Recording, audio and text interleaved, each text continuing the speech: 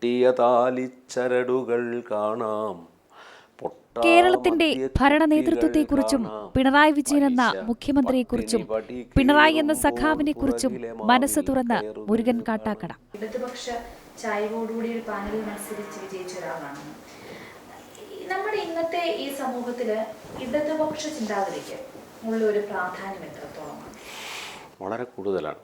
കാരണം നമ്മളുടെ എല്ലാവരുടെയും മനസ്സിൽ ഒരു ഇടതുപക്ഷ ബോധമുണ്ട്. ഇടതുപക്ഷ ബോധം എന്ന് പറഞ്ഞാൽ മനുഷ്യബോധം എന്നാണ്.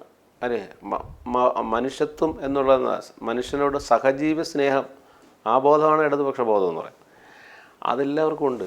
അതിൻ്റെ ഏറ്റക്കുറച്ചിലുകളാണ് നമ്മളിലുള്ളത്. നമ്മളെവിടെ പെട്ടുപോകുന്നോ അവിടെ ചിലപ്പോൾ അത് കൂടിയും കുറഞ്ഞു നിൽക്കുന്നു എന്നുള്ളതേ ഉള്ളൂ.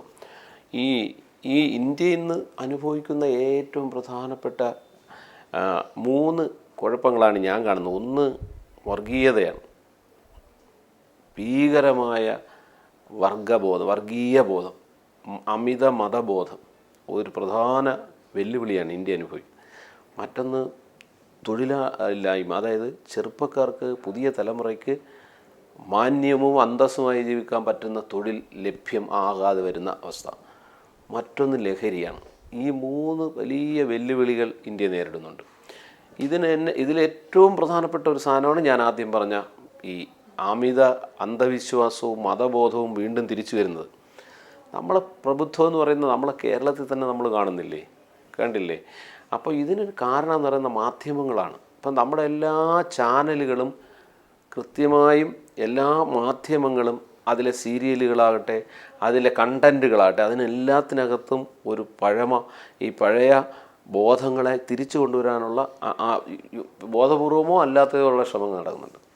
ഇതെല്ലാം ഈ നമ്മൾ ആളുകളെ കൂടുതൽ വിശ്വാസികളായി, വിശ്വാസത്തിൻ്റെ അന്ധബോധത്തിലേക്ക് അവരായി.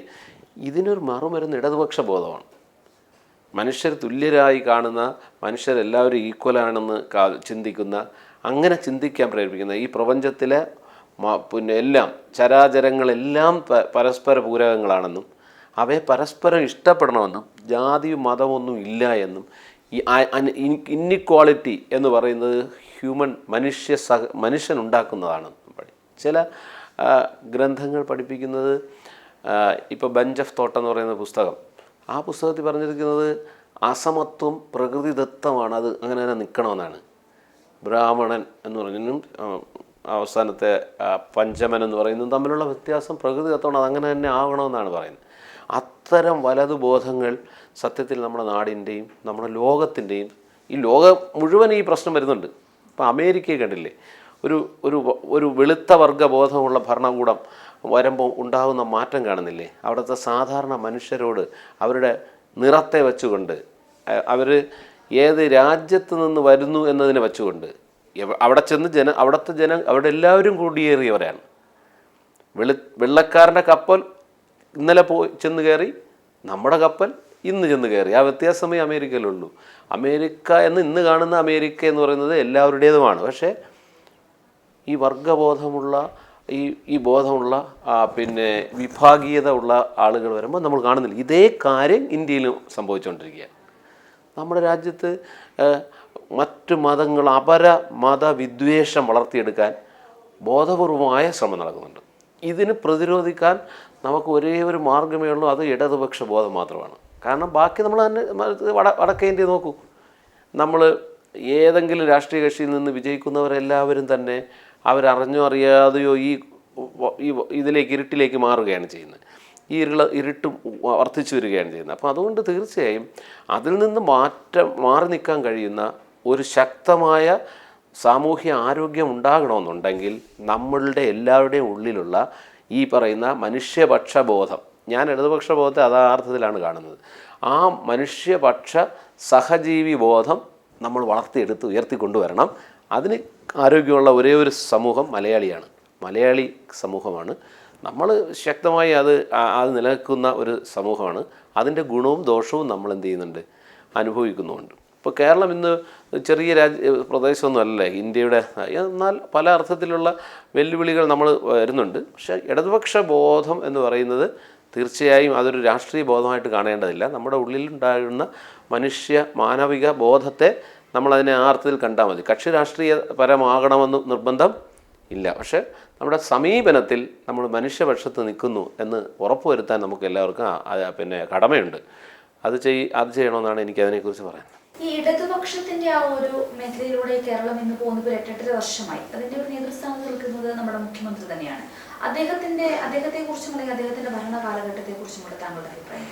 അല്ല, തീർച്ചയായിട്ടും നമുക്കിപ്പോൾ ഒരു പ്രശ്നം നമ്മളെല്ലാവരും മനസ്സിലാക്കുന്നില്ലേ, അതായത് നമ്മുടെ നാടിലുണ്ടായിരിക്കുന്ന വലിയ മാറ്റം, അതായത് ലീഡർഷിപ്പ് എന്ന് പറയുന്നൊരു ക്വാളിറ്റിയാണ്.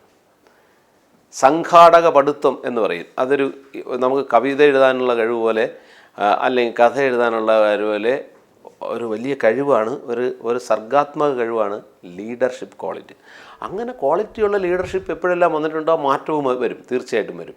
ഇപ്പം നോക്കൂ, ഞാൻ കേരളത്തിൽ അങ്ങോളം ഇങ്ങോളം യാത്ര ചെയ്യുന്ന ആൾ ആയതുകൊണ്ടറിയാം. നമ്മുടെ ഹൈവേ, നമ്മുടെ തീരദേശ ഹൈവേ, നമ്മുടെ നാഷണൽ ഹൈവേ, നമ്മുടെ മലയോര ഹൈവേ എത്ര പെട്ടെന്നാണ്, എത്ര സ്പീഡിലാണ് അതിൻ്റെ വർക്ക് നടക്കുന്നത് നമുക്ക് കണ്ടറിയാം. അതിൻ്റെ പിന്നിലൊക്കെ നമ്മുടെ കേരളത്തിൽ വാഗ്ഭടാനന്ദൻ്റെ മഹാനായ വാഗ്ഭടാനന്ദ ഗുരുദേവൻ എൻ്റെ ദീർഘവീക്ഷണത്തോടെയുള്ള ഒരു ഭാവനയാണ് ഈ ഊരാലുങ്കൽ സൊസൈറ്റി. സഹകരണ മേഖലയിൽ തൊഴിലാളികളുടെ സഹകരണ മേഖല ഏതൊരു കോർപ്പറേറ്റിനെയും അതിജീവിക്കുന്ന മേധാശക്തിയുള്ള ഒന്നായി മാറുമെന്ന് അന്നേ ദീർഘവീക്ഷണം ഉണ്ടായിരുന്ന വാഗ്ഭടാനന്ദജി കൊണ്ടുവന്നതാണ് ഈ ഊരാളുങ്കൽ. നമ്മൾ നോക്കൂ എത്ര സ്പീഡിലാണ് നമ്മുടെ ഹൈവേ തീർന്നിരിക്കുന്നത്. ഇപ്പം നമ്മൾ ഇപ്പോൾ എനിക്ക് തോന്നുന്നു മലയോര ഹൈവേ നമ്മൾ ഉദ്ഘാടനം ചെയ്തു. തീരദേശ ഹൈവേ നമ്മൾ അവർക്ക് ദ്രുതഗതിയിൽ നടന്ന് തീരാറായി. നാഷണൽ ഹൈവേ 100% കാസർഗോഡ് വരെ ഞാൻ യാത്ര ചെയ്യുന്ന ആളാണ്. എല്ലായിടത്തും പണി നടക്കുകയാണ് ഒരേ സമയം. അപ്പം തീർച്ചയായിട്ടും കൊള്ളാവുന്ന ഒരു നേതൃത്വം നമ്മൾ അർഹിക്കുന്നുണ്ട് മലയാളി. അത് വളരെ കൂടിയ ഒരു നേതൃത്വം എന്തായാലും ഇപ്പോൾ ഈ കേരളം ഭരിക്കുന്നുണ്ട് എന്നതിൻ്റെ അടയാളപ്പെടുത്തൽ ധാരാളം വരുന്നുണ്ട്. ഇപ്പോൾ കണ്ടില്ലേ, വ്യവസായ മേഖലയിൽ വന്ന മാറ്റത്തെ സംബന്ധിച്ച് നീതി ആയോഗ് തന്നെ, അതായത് central government planning കമ്മീഷനായ NITI Aayog എത്ര തലകുത്തന്നെ നിന്നാലും എത്ര സ്റ്റാറ്റിസ്റ്റിക്സിനെ ഒളിച്ചു വയ്ക്കാൻ കഴിയില്ലല്ലോ. 1ാം സ്ഥാനത്ത് വന്ന് നിൽക്കുന്ന സംസ്ഥാനമായി കേരളം മാറി. വ്യാവസായിക കാര്യത്തിലായാലും ഇന്ന് പുതിയൊരു കാര്യം വന്നിട്ടുള്ളത്, ഏറ്റവും കൂടുതൽ ഈ ഉന്നത വിദ്യാഭ്യാസ മേഖലയിൽ ഏറ്റവും കൂടുതൽ പൈസ ചിലവാക്കുകയും ഏറ്റവും വിപുലമായത് വന്നതായിട്ട് 1ാം സ്ഥാനത്ത് നിൽക്കുന്നതായിട്ട് നീതി ആയോഗ് ഇന്നൊരു റിപ്പോർട്ട് പുറത്തു. എന്ന് പറഞ്ഞാൽ മിക്കവാറും എല്ലാ മേഖലകളിലും നമുക്ക് നമ്മളെക്കൊണ്ട് കഴിയാവുന്ന നിലയിൽ മലയാളിയുടെ ഐഡൻറ്റിറ്റിയെ കീപ്പ് ചെയ്തുകൊണ്ട് നമുക്ക് നിലനിൽക്കുന്ന തരത്തിലുള്ള ഒരു ഭരണ നേതൃത്വം നമ്മുടെ നാട്ടിൽ നിലനിൽക്കുന്നുണ്ട് എന്നത് അഭിമാനകരമായ ഒരു വസ്തുതയാണ്. ഞാനത് അടിവരയിട്ട് പറയാൻ ആഗ്രഹിക്കുന്നു. ഇപ്പോൾ നമ്മുടെ കൊള്ളാവുന്ന നേതാക്കന്മാർ, നാടിനോട് സ്നേഹമുള്ള, അതിൽ ഇടതുപക്ഷമൊന്നും വലതുപക്ഷമൊന്നും ഇല്ല, എല്ലാവരും അംഗീകരിക്കുന്ന ഒരു വസ്തുതയാണ് അത്. അതുകൊണ്ട് ലീഡർഷിപ്പ് വളരെ പ്രധാനപ്പെട്ട ഒരു കാര്യം തന്നെയാണ്.